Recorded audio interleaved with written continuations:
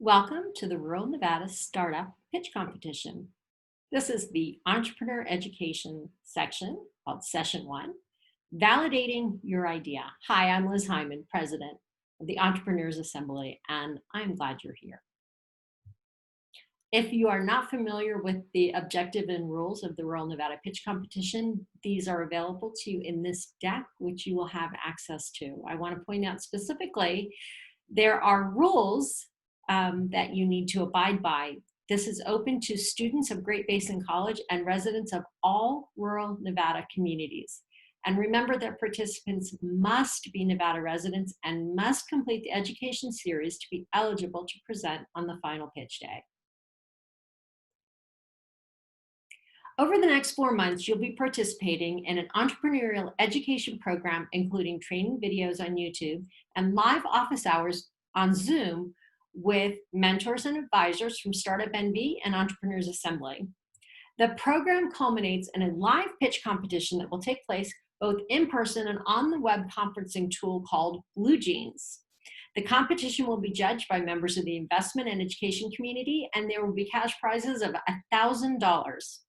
All information about this program can be found on the website listed below this video. This training, Validating Your Idea, is the first in a series of 5 training videos created to ensure your success building your business and preparing for the pitch contest on September 25th in Elko. Note that all live sessions, including pitch practice, will be on Zoom. You will need to register for each of these sessions in order to receive the Zoom link. So watch for emails with the links and make sure they don't end up in your junk mail. So if you didn't get a link, then you need to go check your junk mail and make sure it isn't there. So let's look at our agenda for the next little bit. We're going to go over, are you ready for the entrepreneurial journey? Have you identified a solution to a real need or a problem? Have you validated your idea with potential customers? Can you make money? And then we're going to introduce you to the business model canvas, and we're going to talk about your homework. So let's get started. Let's get started with, are you ready? It's not the idea alone that paves the path to the entrepreneurial successful journey. Success or failure of a business comes down to the characteristics and mindset of the entrepreneur themselves. Here are the most important characteristics of a successful entrepreneur. The first is positive mental attitude. Remember that negative thoughts undermine forward motion. You've got to keep your thoughts positive. Henry Ford, founder of the Ford Motor Company, said, "When everything seems to be going against you, remember the airplane takes off against the wind, not with it." A creative mindset is the second thing you're going to need. Successful entrepreneurs are always looking for novel ideas and innovations. Most entrepreneurs are inherently creative thinkers. According to Steve Jobs, creativity is just connecting things. That's one way to think about creativity. The third thing you're going to need is critical thinking and problem solving skills. Sorry about that. The decisions you make are sink or swim decisions for your company. You're going to need to pull together the data you'll need to make the decision and understand what the outcomes are going to look like. Making bad decisions could sink your business. Persuasive communication ability. Let's face it, as an entrepreneur, you're going to be responsible for selling all the time. You're going to need to sell your ideas to investors, boards, employees, and yes, customers. Every entrepreneur is a salesperson. And Benjamin Franklin once said, if you would persuade, you must appeal to interest rather than intellect. The fifth thing you're going to need is intrinsic motivation and drive. As an entrepreneur, your success or failure depends on you. No one is going to push you to get stuff done or to stay focused. You're going to have to motivate yourself to make the right decisions every day. The sixth thing you're going to need is tenacity and an ability to learn from failure. Look, failure is part of being an entrepreneur. When you're starting a business, you hope that your business will be a wild success, but failure is where growth and change happen. It's not whether you fail, it's how you handle the failures. And Malcolm Forbes says every failure is a step towards success. The seventh thing you're going to need is flexibility and adaptability. It is not a straight path to success. You'll have to be comfortable with change. The ability and willingness to change actions and plans to overcome present and future challenges is critical. The last thing is trust and collaboration. Entrepreneurship is a team sport. You will need to find, lead, collaborate with, and build your team members to grow your business. You are going to have to then trust them to be successful. So before you leap into this entrepreneurial journey, I'd like you to spend a little bit of time really thinking about, can you have the right mindset to be a successful entrepreneur? It's really up to you. Okay, so then let's talk about the stages of building a business. That seems like a perfectly logical next step. At EA, we describe the stages of building a business as a roadmap. The stages of the EA roadmap are customer discovery, customer validation, and customer creation. In this session, we're going to be focusing on stage 1, customer discovery. During this stage, we're looking to find the answers to these 3 questions. Have you found product or market fit? In other words, will someone buy what you're planning to sell? Is there a market for your product? Second question, who are your customers and how will you reach them? Who is it that will buy it? Can you describe them? Can you create a buyer persona? If you know who they are, you can figure out where you should be trying to reach them. You have to find your buyers where they are. They're not going to find you where you are. And the third question is, can you make money and grow the company? Simply put, will people pay enough for the product that you can produce the product, market it, pay employees, pay yourself, and still make a profit? Remember, without customers, you have no business. So let's talk a little bit more about customer discovery. The point of this stage is to determine and validate the commercial feasibility of your idea before you start spending money. A good tool to use in a feasibility study is called a prototype. This is a conceptual version of your product or service that you can use for customer research. For example, if you were to invent the iPhone, you might have a block of wood with a keyboard and display drawn on it. You'd use this prototype as a sort of prop in your discussion with the potential customer about the features and benefits of your product to see if they would be interested. Your feasibility study will tell you whether you should punt, pivot, or proceed. If you decide to pivot, you may need to start your feasibility study all over again. Once you validate your idea, you'll need to build a business model. So let's talk about building and defining your business model. We use a tool called the Business Model Canvas. It's used by millions of business owners worldwide and allows you to create a visual view of your business in 9 building blocks. I want to quickly show you a video about the Business Model Canvas that I think will make it more clear to you.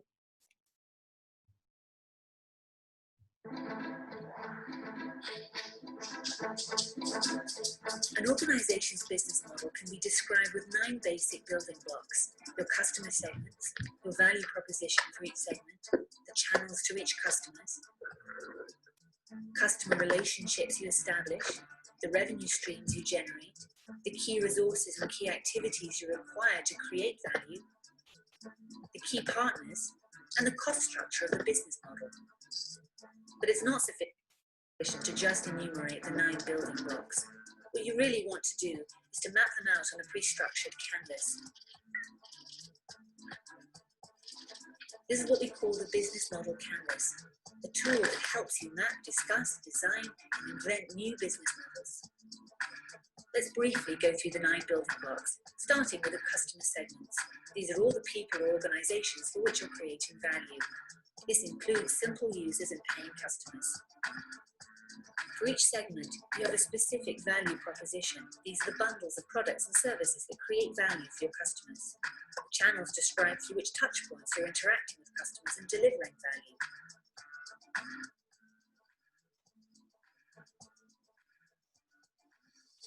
Customer relationships outline the type of relationship you're establishing with your customers. The revenue streams make clear how and through which pricing mechanisms your business model is capturing value. Then you need to describe the infrastructure to create, deliver, and capture value. The key resources show which assets are indispensable in your business model. Key activities show which things you really need to be able to perform well.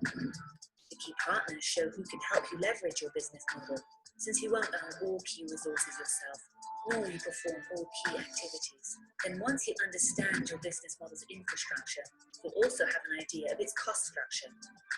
So with the business model canvas, you can map out your entire business model in one image.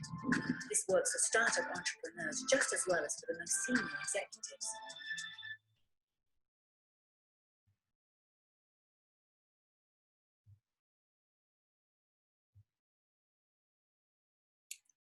In this section, we're going to be talking just about the first three. We're going to be talking about value proposition, customers and customer segments, and channels. Your value proposition is the value you bring to your customers. And the way I like to describe it is, what problem does your customer have? How do you solve it? And why are you the best solution for your target market? The second thing is customers and customer segments. How do you define your audience? And if your answer is everybody who, that's not narrow enough. So really think carefully about who is your target market. And number three is channel. Where will your customers expect to buy your product or service? Will it be e-commerce, brick and mortar, hybrid, direct to customer, reseller? You're gonna have to think about that. So let's talk a little bit more now that we've kind of got this larger picture. Let's talk about your value proposition. Your value proposition describes the problem and/or need you are addressing and the benefit your customers can expect from the products or service you provide. I like to say your customer's problem, how you solve it, and why you're the best solution. They mean the same thing. I just think it's a little easier to think about this way. I'm going to play another video, real quick one, about value propositions. So bear with me just a second as we find this video. Hang on just a second. We can't get there. Hold on. There we go.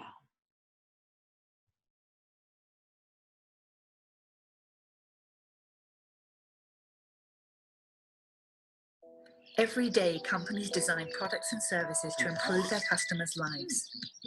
But 72% of new product and service innovations fail to deliver on expectations. This means that customers don't care about 7 out of 10 new products introduced to the market. It doesn't have to be this way. Just like you create value for your business with a business model canvas, there is in fact a tool to intentionally visualize, design, and test how you create value for customers. It's called the Value Proposition Canvas. The Value Proposition Canvas is composed of 2 parts, the customer profile and the value map. With the customer profile, you describe the jobs your customers try to get done. Jobs can be functional, like getting from A to B, social, like impressing friends and colleagues, or emotional, like gaining peace of mind. You highlight your customers' pains, which annoy customers while trying to get a job done.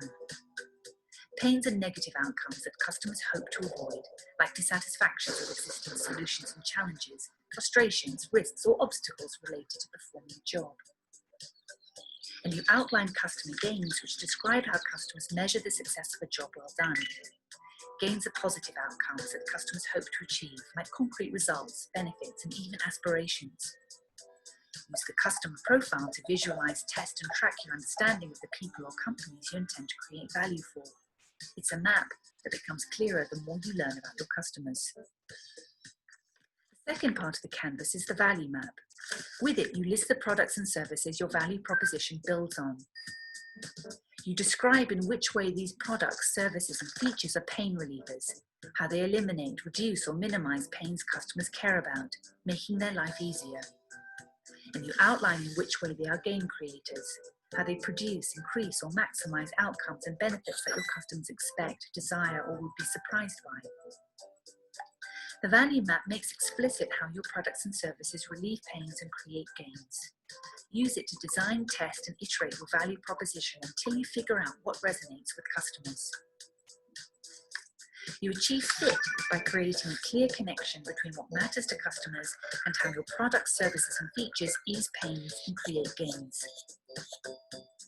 Great value propositions target essential customer jobs, pains, and gains, and do so extremely well. Your customer profile may contain countless jobs, pains, and gains, but your value map highlights which ones you intend to focus on. But don't forget, an outstanding value proposition can still fail if your business model is flawed. Successful companies embed outstanding value propositions in scalable and profitable business models. Use the value proposition canvas to create products and services that customers want. Get started at strategizer.com.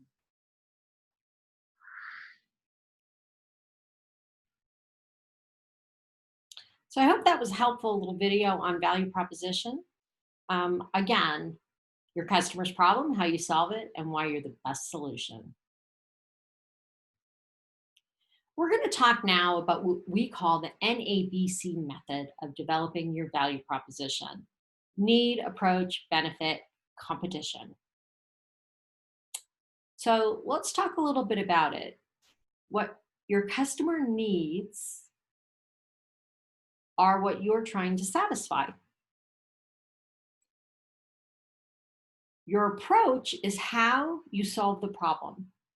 How is that different from your competition or from anybody else, from anything else, from any way it's been done in the past? The specific product or service you're providing is part of how you solve the problem. What is the benefit of your approach? What do you ultimately want to change or solve? And how are you better than your real or perceived competitor, which is something new, better, more, faster, cheaper? Remember, sometimes competition is do nothing. So have you considered all the forms of competition that you have? A great way to help you tell your value proposition story is to describe a day in the life of a customer before and after they have your solution.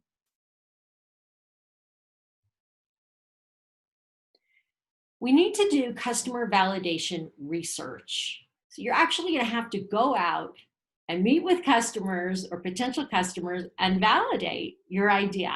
Remember, the more prospective customers you interview, the more valuable the feedback to help you build your business model. Interview friends and family for practice.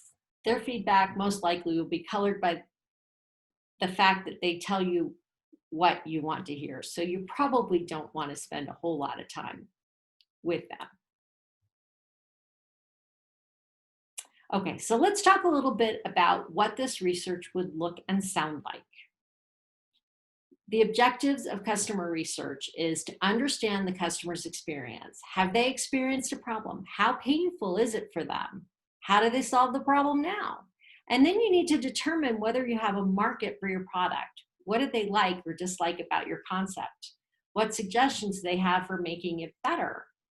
Do they think your idea is feasible? Would they consider using a beta version of your product or a minimal viable product? That's what MVP is.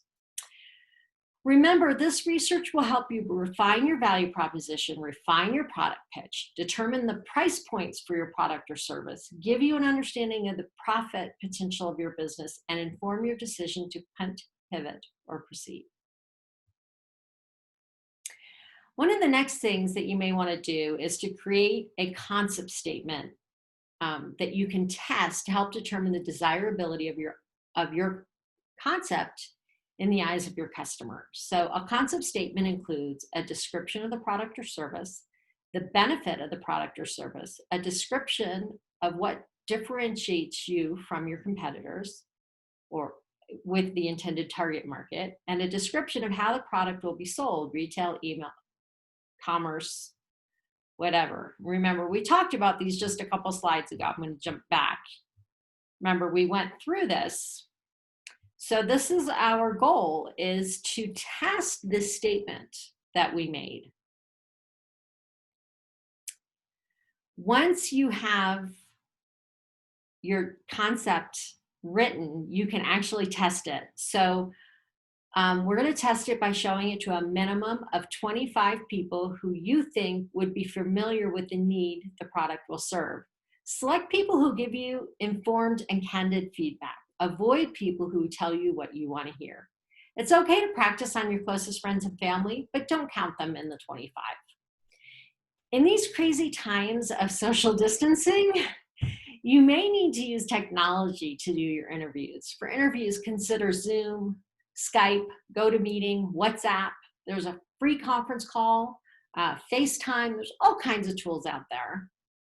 If you can't think of 25 people off the top of your head, you could use social media to find the right people. Make a short statement describing who you want to interview, post it wherever you are on social media, and ask your friends to post it. You will probably find enough people that way, but if you don't, ask for referrals from everyone you know and everyone you interview. Who do you know that might be interested in my product? And then you can add them to your list. You want to create a questionnaire to ask and record the answers to the questions, such as, have you experienced the problem or the product or service? How painful is the problem in terms of time, complexity, cost, frustration, etc.? How do you solve the problem right now? Tell us 3 things you like about my product or service idea. Provide 3 suggestions for making it better. Do you think the product or service idea is feasible? Do you think it will be successful? And would you consider using a beta version? Share any additional comments or suggestions. So after each interview, be prepared to tweak or polish your concept statement based on customer feedback. All right, so let's talk about testing your concept statement. I'm going to tell you a story. In the mid-1990s, a brilliant innovator and entrepreneur named Jeff Hawkins had an idea for the personal digital assistant. Yes, I had one. That would eventually become what we call the Palm Pilot, or what we called the Palm Pilot. Before committing to it and investing in building an expensive prototype, which would have required a full team of engineers and a lot of time and money, he wanted to validate some of his assumptions about the device. He knew he could build it, but would he use it? What would he use it for, and how often would he use it? His solution was to carve a block of wood to match the intended size of the device, whittle down a chopstick to make a stylus, and to use paper sleeves to simulate various user screens and functionality. He carried the block of wood in his pocket for several weeks and pretended it was a functional device in order to get insights into how he would use it. If someone asked for a meeting, for example, he'd pull out his wooden block and tap on it to simulate checking his calendar and scheduling a meeting reminder. He really did this. And this that I'm showing you right here, this is the wooden Palm Pilot as he had it, and it is actually on display at the Computer History Museum in Mountain View, California. With the help of this mock-up, Hawkins collected valuable usage data. He learned that he would actually carry such a device with him and that he would be using it mostly for 4 functions: address book, calendar, memo, and to-do list. His simple experiment provided him with enough first-hand data to convince him that he would love to have a working version of the device. He knew, of course, that a sample size of 1 himself was not sufficient to determine if other people would respond to the pilot the same way he did. He'd have to follow up this test with additional experiments to validate the rest of the market. But the idea passed an important first test. Its owner and inventor found it useful. This may seem trivial, but you'd be surprised how many people bring to market a product without first validating that they themselves would use it. The data collected from the simple wood and paper prototype helped to guide and justify a much greater investment needed to develop a proper working prototype. Now this, if you've never seen one, is a Palm Pilot. And yes, I did carry one. And yes, I loved my Palm Pilot because it beeped at me when it was time for a meeting. And that, of course, evolved into what we all use today, which is a smartphone.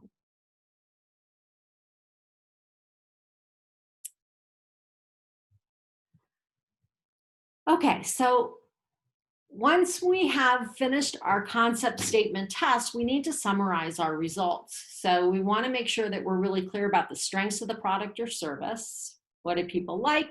What did they dislike? What suggestions did they have for strengthening the idea?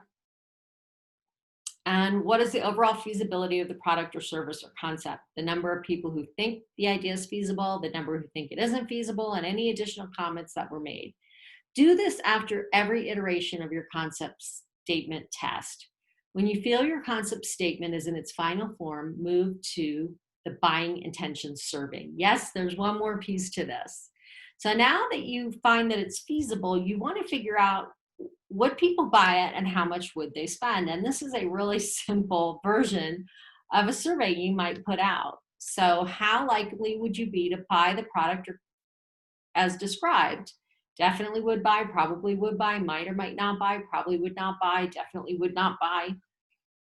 And then you want to find out how much would somebody be willing to pay for the product, and would they, where would they expect to find the product for sale?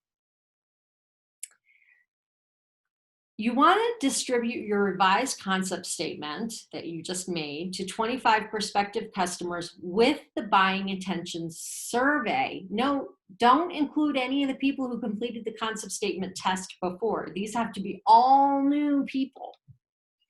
Ask each participant to read the concept statement and complete the buying intentions survey.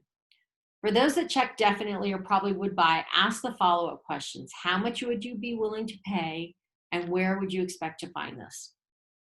Record the results of the survey, including the number of people who participated in the survey and the totals and percentages for each category. High percentages in the categories definitely and probably would buy are pretty good indicators that you have an idea.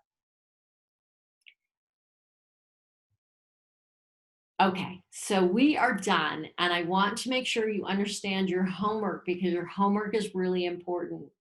The very first thing you need to do is work on developing that value proposition. So the value proposition, remember, is what problem does your customer solve? What problem does your customer have? How do you solve it? And why are you the best solution for your target market or for them? Second, you want to create a concept statement describing the business, product, service, etc. Right? And that's, we showed you how to do that. And then you want to do your customer validation research. You want to interview at least 25 prospective customers. And then you want to create and conduct a buying intention survey. So all the steps are in the deck, so you can go back and follow them, because you'll get this deck to use. So remember, the more prospective customers you interview, the more valuable the feedback to help you build your business model. Remember, I'm going to remind you again, only interview your friends and family for practice. They are going to tell you what you want to hear, or they're not going to have enough knowledge to be really helpful. So they're just for you to practice, and then go find the people who would really buy your product and interview them. I want to thank you for participating in the Rural Nevada Startup Pitch Competition. I hope you have a good time. Good luck.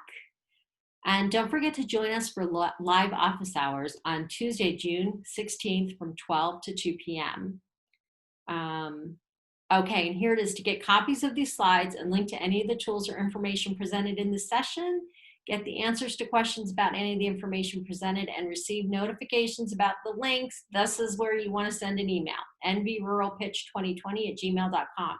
So if you'd like a copy of this deck, which you're going to need to do your homework, please send an email to this email address and ask them for a copy. You want to make sure you send them your contact information. And remember that you're going to be added to the mailing list so that you get reminders for each of the events that are coming up, and they keep you up to date on what's going on. So I hope to see you on June 16th on our live Zoom. Have a great day and good luck.